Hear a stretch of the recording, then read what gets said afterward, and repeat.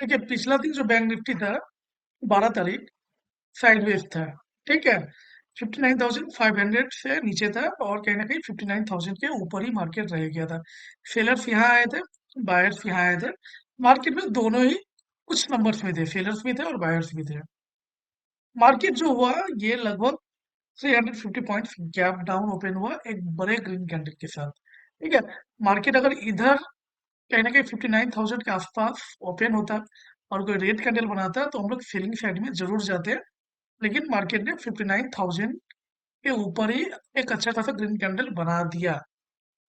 इसके से हुआ क्या है, ये जो बायर्स है ये तो निकल गए होंगे। ठीक है, और ये जो बायर्स बचे हुए हैं इनका भी मार्केट ना कहीं 61% रिट्रेसमेंट करके ही ग्रीन कैंडल बनाया। अब बचता कौन है मार्केट में, देखिए इसके बाद मार्केट में जो है वो बचता है ये बायर्स।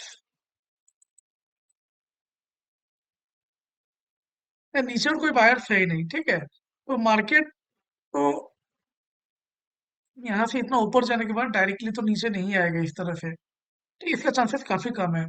अगर इस तरह से कुछ बायर्स को अगर निकालना होता तो मार्केट कहीं ना कहीं यहीं पर रेड कैंडल बना के ही नीचे आ जाता और इनको टारगेट करता है।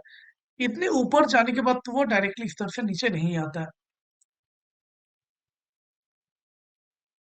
तो सेटअप जो बन रहा था वो एक्चुअली बाइंग का बन रहा था। ठीक है, अब बाइंग सेटअप की बात कर ले तो वो कहाँ हो सकता था वो हम लोग एक बार चेक कर लेंगे। तो अपना जो ट्रेड था वो यहाँ पर बन जाता आपका। ठीक है, इसने 61% का रिट्रेसमेंट को तोड़ दिया है और ट्रेड आपका 936 के ग्रीन कैंडल में था। यहाँ अगर ट्रेड लिया जाता तो आपको आराम से 1:2 का रिवॉर्ड इसी देर में मिल गया होता। निफ्टी में चलेंगे। अब निफ्टी में देखते हैं निफ्टी में कल क्या हुआ। ठीक है, निफ्टी पिछला जो दिन जो था वो बुलिश था।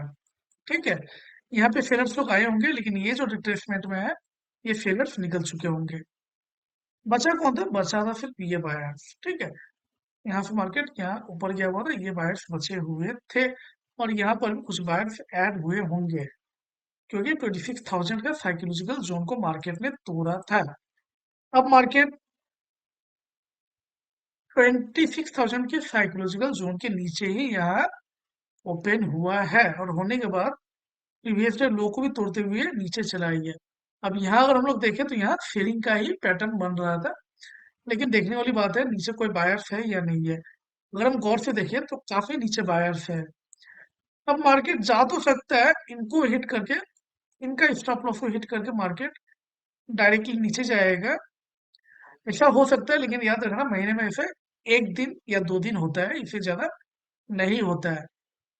मार्केट अगर इन बायर्स को निकालने आता भी है तो इस तरह से आएगा, ये एक बार तो ऊपर जाएगा और जाने के बाद फिर नीचे जा सकता है इनको निकालने के लिए या फिर इनको निकालने के लिए।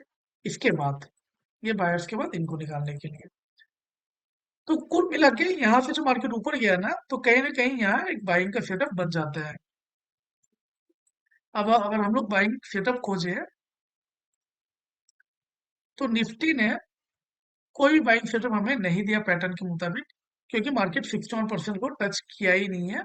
तो निफ्टी में कोई भी बाइंग सेटअप में अपना बाई नहीं होता।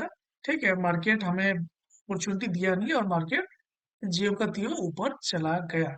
मिलते हैं कल, तब तक के लिए धन्यवाद। जय हिंद।